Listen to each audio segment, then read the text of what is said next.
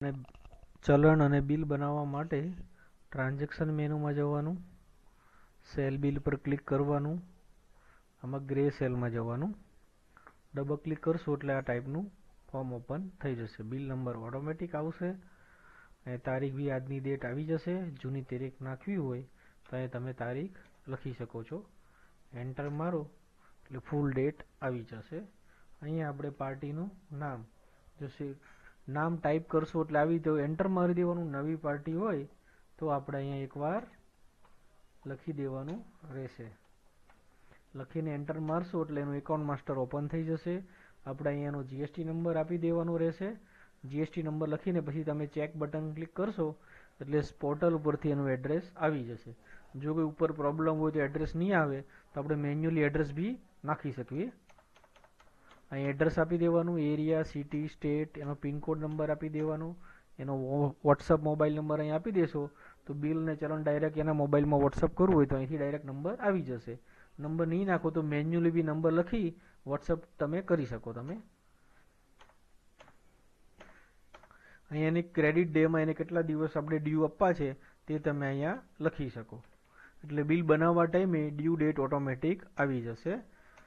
બ્રોકરમાં એનો જે બ્રોકર હોય તેનું નામ એકવાર અહીંયા લખી દેવાનું તો બિલ બનાવવા ટાઈમે ડાયરેક્ટ બ્રોકર નેમમાં આવી જશે. તે પછી ચેન્જ કરું તો ચેન્જ બી કરી શકો. એની એમએસએમઈ ડિટેલ ને બધું તમે અહીંયા ડિટેલ ભરી અને સેવ બટન ક્લિક કરશો એટલે પાછા રિટર્ન આપણે અહીંયા સેલ ફોર્મમાં આવી જશું. અહીંયા આપણે એની ક્વોલિટીનું નામ લખીને એન્ટર મારશો તો અહીંયા સિલેક્શન મોડમાં જશો તો તમને અહીંયા તાકા બી બતાવશે અને એન્ટ્રી મોડમાં જશો તો ડાયરેક્ટ આપણે એન્ટ્રી બી કરી શકો. સિલેક્શન મોડમાં તમે અહીંયા સિલેક્ટ બી કરી શકશો ટીક મારીને. અને જો એન્ટ્રી કરવી હોય તો આપણે એન્ટ્રી મોડ જ રાખવાનું. અહીંયા સીધો તાકાનો નંબર આપી દેવાનો એટલે મીટર એના ઓટોમેટિક આવી જશે. જેટલા બી આપણા ચલણમાં તાકા હોય દેવાના છે એ બધા તાકા અહીંયા એકવાર લખી દેવાના એટલે ટોટલ મીટર અહીંયા આવી જશે. ઓકે બટન ક્લિક કરશો એટલે ટોટલ મીટર અહીંયા આવી જશે અને અહીંયા આપણે એનો ભાવ આપવાનો રહેશે. એ ટોટલ એમાઉન્ટ આવી જશે. જો ડ્યુ ડેઝ મારે ઓટોમેટિક અહીંયા આવી ગયા છે, મારે બદલવા હોય તો હું બદલી બી શકું. અહીં શિફ્ટ ટુમાં આપણે જો એની ડિલિવરી આપણે એને મિલમાં કેમ કરવાની હોય તો અહીં મિલનું નામ લખી શકો. જો ખાલી રાખો તો જે બિલ નેમ છે એ જ તમારું શિફ્ટ ટુ નામ થઈ જશે. અહીંયા સમજી લો કે મારે મિલમાં આપવું છે તો અહીંયા મિલનું નામ કરી એનું એડ્રેસ આપી દેશો તો શિફ્ટ ટુમાં તે મિલ ડિટેલ આવી જશે ડિલિવરીમાં. અહીંયા આપણે એનો વ્હીકલ નંબર આપવાનો રહેશે. ડિસ્કાઉન્ટ આપવાનું હોય તો બિલમાં તો ડિસ્કાઉન્ટ બી અહીંયા પર્સન્ટેજ આપો એટલે એમાઉન્ટ આવી જશે. જીએસટી લાગી જશે.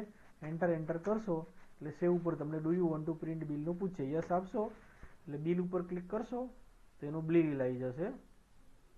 ડિલિવરી એડ્રેસ એનું અલગ આવી જશે, બિલનું એડ્રેસ અલગ આવી જશે. અહીંયા પ્રિન્ટ આપો તો પ્રિન્ટ નીકળી જશે. પ્રિન્ટ ક્લિક કરવાથી જો ખાલી એને પીડીએફ કરવી હોય તો પીડીએફ બટન ઉપર ક્લિક કરી દેવાનું અને અહીંયા મોબાઈલ નંબર જો એકાઉન્ટ માસ્ટરમાં ડિફાઇન કર્યો હોય તો આવી જશે. નહીં હોય તો અહીંયા 91 કરીને પાછો અહીંયા મોબાઈલ નંબર તમે લખી શકીએ અને વોટ્સઅપ બટન ક્લિક કરો તો એને પીડીએફ વોટ્સઅપ બી થઈ જશે.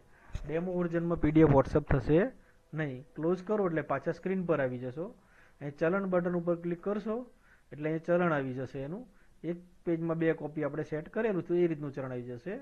અહીંયા સેમ એ રીતે પ્રિન્ટ, પીડીએફ અને વોટ્સઅપ બી કરી શકો.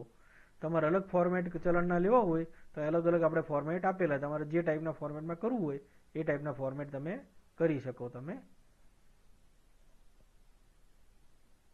બિલ તમારે એડિટ કરવું હોય તો પાછું એડિટ આપવાનું, રીપ્રિન્ટ કરવું તો એડિટ બટન ક્લિક કરો, પાછા ડબલ ક્લિક કરો અને પ્રિન્ટ બટન દબાવો એટલે પાછું તમને પ્રિન્ટનું પૂછી લે. ફોર્મેટ માટે બી પૂછી લેશે.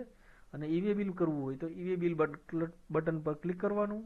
અહીંયા વ્હીકલ નંબર આપી દેવાનો. તમારે vehicle number e-way bill generate આપો એટલે ઈવે બિલ તમારું બની જશે. અને જો બિલ તમારે ડિલીટ કરવું હોય તો પાછું એડિટ બટન ક્લિક કરી ડબલ ક્લિક કરી અને ડિલીટ બટન ઉપર ક્લિક કરશો તો બિલ તમારું ડિલીટ થઈ જશે અને ટાકા તમારા પાછા સ્ટોકમાં આવી જશે.